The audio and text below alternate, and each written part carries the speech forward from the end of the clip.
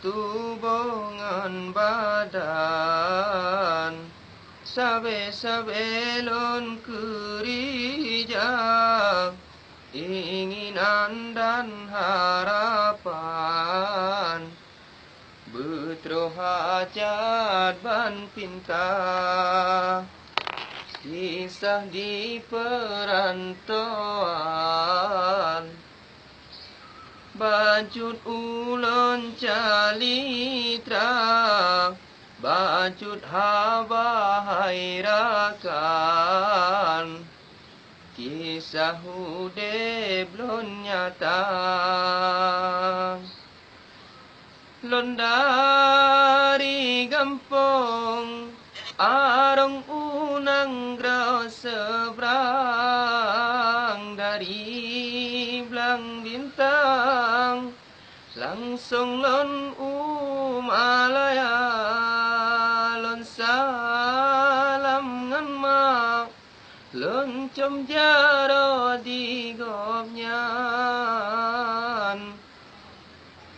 ulun pamitan bang pih pomahan rela lon tundo comba teot ia matar her poma sayang teklihat lon tuan bang pih lon pederhana nhầm nan nghe mak Ya. tôi hai bang adid wahidin urang pelemah jalan kerja restoran lung sino di Malaya gure Bukhari gopnyan urang bisaran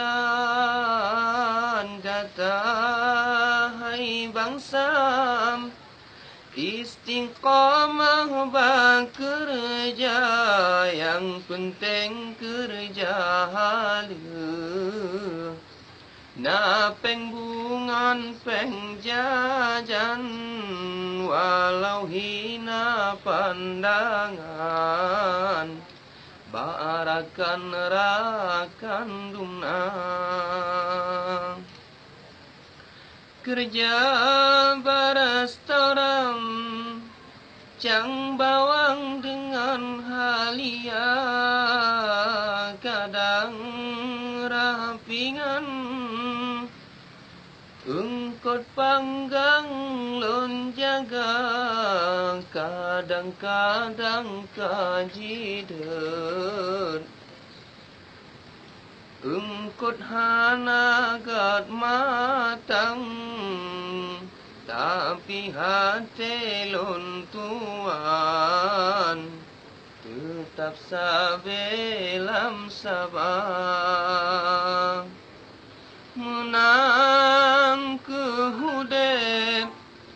pernah ngam perjuangan nasib lon tuan hang uram punca hanya doa mak lon pinta tip ura Tuhan semoga doa harapan betroh ban cita-cita